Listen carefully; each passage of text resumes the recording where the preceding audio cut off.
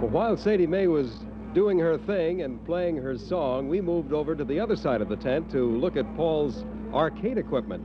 Now, Paul, these were the types of machines that would tell you a fortune, show you movies, and, just generally give you a good time at the penny arcade. And they did, in those days at least, go for a penny, didn't they? Yes, all the machines were originally operated on a penny. A penny gave you a lot for your money in those days, Sure, didn't you could take a quarter and spend all day, you know. Now, what vintage, Paul, do these machines represent? They go anywhere from about 1890 up into about 1930. Are they relatively hard to come by? Well, they're really a little bit scarce now, and the time it takes to recondition them is staggering. I can imagine, because there are so many parts involved. Speaking of reconditioning, speaking of actually reconstructive work, let's talk about 14 early American scenes. Where did this instrument come from? Well, I picked this up in New Orleans about 3 years ago, and it had gone through Hurricane Hilda, I believe, or whatever it was in '64. Mm-hmm. This thing stood under about 5 feet of water for, like a part of a night and part of a day. So it must have been in great need of restoration. How much did you do? Well, the only thing we used were the rough castings. We made a complete new cabinet, had all the castings chromed, and made the machine just like new. Well, it certainly looks like new. This is a stereopticon machine, isn't it? Yes, it is. They called them a drop picture machine at the time. And you would see in 3-dimension your favorite scenes, 14 of them, as a matter of fact. Now, we're going to do what you're not able to do ordinarily at a penny arcade. We're going to open this machine up and let you see how it works. And it is a rather complex mechanism. And you can see, perhaps, the cards. This is what would be known as a stereopticon slide or card. 2 pictures, one just a little bit different from the other to give you the 3-dimension when you look through. Got a nickel, Paul? Maybe we can, all right, I'll loan it to you, because I'll get it back. Okay, that's right. That's when you're in business for yourself. It's wonderful. Drop the nickel in there, and you can see the workings of it. The motor starts, and they begin to flip around. You have, what, 2-3 seconds for each picture? Well, it looks like about maybe 3 seconds or 4. And, of course, you're viewing from the top through here, so that you get a feeling of the 3 dimensions. Paul, do you have to replace those cards from time to time? Well, there's really no wear out to the card. I suppose not. They're framed in metal, and there isn't that much movement to them. No, that's right. All right, we're almost around to the 14 cards. And when we get our penny's worth, or in this case, your 5 cents worth, well, we can shut the machine off and go on to something else. There we go. All right, let's do that. And let's move on to a girlfriend of ours, Sister Patricia. She's one of your favorites, I know, Paul. Yes, she is. I have a daughter named Patricia. You didn't name her after the machine, did you? Named the machine after her. What condition was this machine in when you found it? Well, it was a total wreck. We picked it up in the desert east of Tucson, Arizona 2 years ago. And about all we had was the body of the lady, the head, and the thumb on her right hand. And the rest of it we created. Of course, we had the bucket, the brass bucket that she dumps the card in. Yes, and Sister Patricia actually hands you the card, doesn't she? Yes, it's a marvelous piece of automation to be made in 1891. Let's take a look at how Sister Patricia works. I'm going to use your nickels. You're getting your money, but you're 10 cents. Yeah, I'm losing twice as much this way. All right. Take a look at her. Here she goes. She's reaching into the machine there. And now it's coming somebody's fortune. This is yours. Oh, is it mine? Like it. All right, let's find out what it says. Life is made up of sobs, sniffles, and smiles. Smile, and the world will smile with you. Sniffle, and I guess you have hay fever. All right, well, this is an interesting one here. Get a photograph of your future partner and family with a fortune of your married life. How many babies will you have? Put 1 coin in slot, push slide in, then pull out slowly and receive card. We better use your nickel. I'm out all of right, nickels. You're out of nickels? I've got a pocket full of nickels here. Now, you have to be very careful with a machine like this. You have to be either a gentleman or a lady. Well, not necessarily to put the nickel in. Oh, you can get away with it without that. I see. All right. Well, I'll try the gentleman over here, and we'll see what we find. Oh, this is, yeah, 5 cents. Here we go. Oh, it comes out? All right. You drew a winner. I sure did. Would you like to take a look at this? Would you like to see that?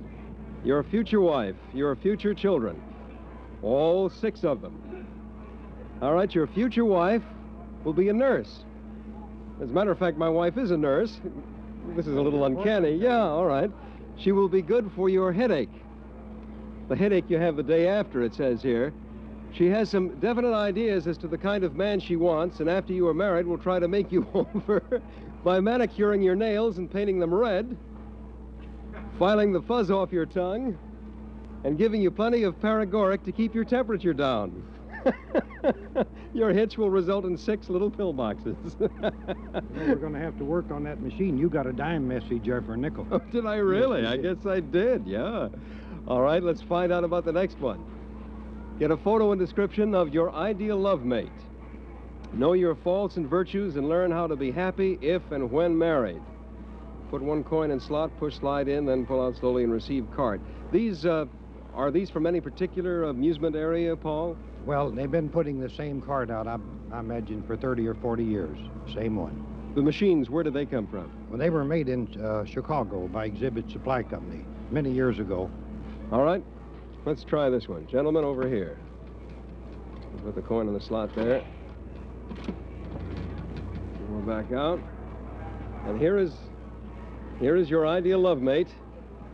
Your ideal mate is pretty, pulchritudinous, and plain, sweet, suave, and sensible. Gay, glamorous, and genuine. Winsome, witty, and wise. Loyal, loving, helpful, and cheerful. That goes back to about, what, 1920 or so, would you say? I'd say this is in the 20s, yes. Judging from that hairstyle, although it's hard to tell today. Okay, let's go on to the next one here. And this one, I guess, gives you a license for just about anything. Yeah, there's about 25, I think. Anything from bootlegging to driving. I see a spooning license there, a license to become a blonde. Okay, gentlemen, try this. I think I'm going to pull the machine over here, Paul. Did you maybe get a hold of it? Oh, good, okay. All right. This is a free gas permit. This certifies that the holder, being almost the owner of a jalopy and having made the payments as promptly as possible and when unavoidable on said jalopy, etc., etc., etc. All right. Now I'm a member officially of the Society of Road Hogs, I see. Right. Only cost a nickel. Let's see some movies. Right. These machines were great fun, and for a penny in those days, you would see, in this case, a picture of the farmer's daughter. You might see some scenes of World War I. But how do they work? We're going to find that out. You have the special key, Paul. We can start it up and show you how it works. All right. Let's open up the side panel here. This one looks like it's ready for business. I see the light is on. Now, ordinarily, the light wouldn't go on until you put your nickel in there. Well, someone had started it and not completed the sequence. All right. Now, what we thought were movies are, of course, movies, but not on film. They're on individual paper cards. Well, what happened, they took a movie film and shot each frame and put it on paper. So you really get a movie. Very much, as a matter of fact, it's the same principle as flipping a little book and seeing a figure moving in the corner of it. Exactly, that sort of yeah. idea, yeah.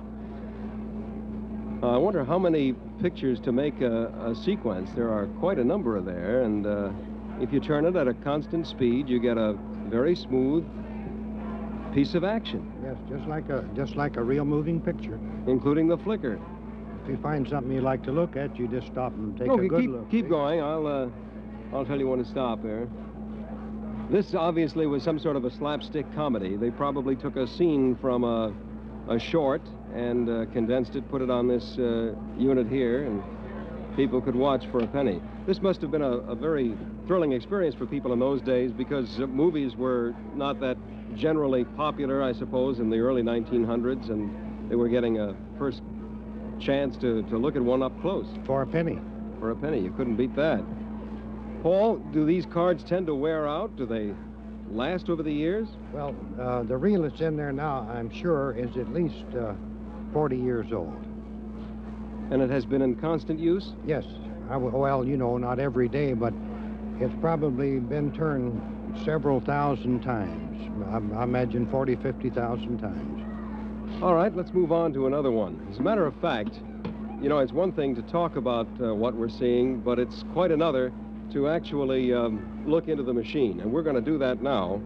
I'll put the nickel in, and we're going to see a fight.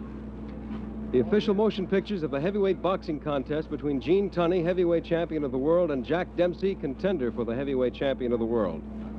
Okay, here we go.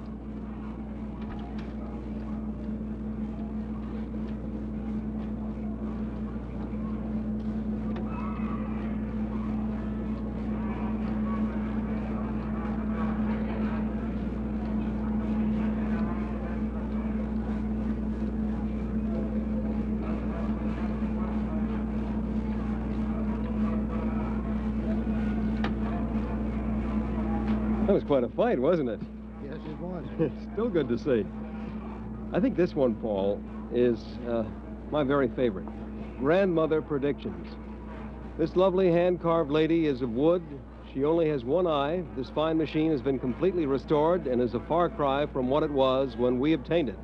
Formerly used in the old Forest Park Highlands in St. Louis, Missouri, quite a number of years ago. She has been to Madison Square Garden and has been seen on NBC and ABC TV news specials. Has been in Illinois and Tennessee. I guess Grandmother really got around, didn't she? She was quite a traveling old lady. Matter of fact, many of these machines were built by the same company, Mutascope. Yes, they were. In fact, they're located in Brooklyn, I believe. They still do some building of arcade equipment. Nothing like this, of course. Of course, they must have to supply you with cards for the machines, do they?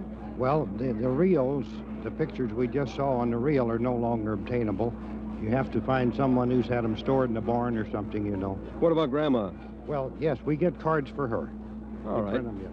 Let's find out what Grandma has to do. You have a dime. Okay, we'll use your dime. It's your machine. Gee. Okay. Here we go. She's looking over the cards now, winking and blinking that one eye. And in a moment, we'll find out what she's going to have to say. Well, she's really giving this some thought here, Paul, isn't she? Yeah, she's going to pick you out a good fortune. Okay. Let's see. The early bird gets the worm. In other words, don't overlook any possibilities. Look around you, for you're soon destined to meet the ideal of your dreams in some public place. I wonder who that might be. Oh, you can't tell, but it's bound to happen. Paul Eakins, I want to thank you very much for sharing your Gay 90s Village with our television audience today. And if you're coming up to the Springfield Exposition, by all means, stop in and see the machines, try them out, and hear the fun of the music. And if you're ever out to Sikeston, Missouri, stop in and say hello to Paul Eakins. Thank you very much. This is Dick Bertel.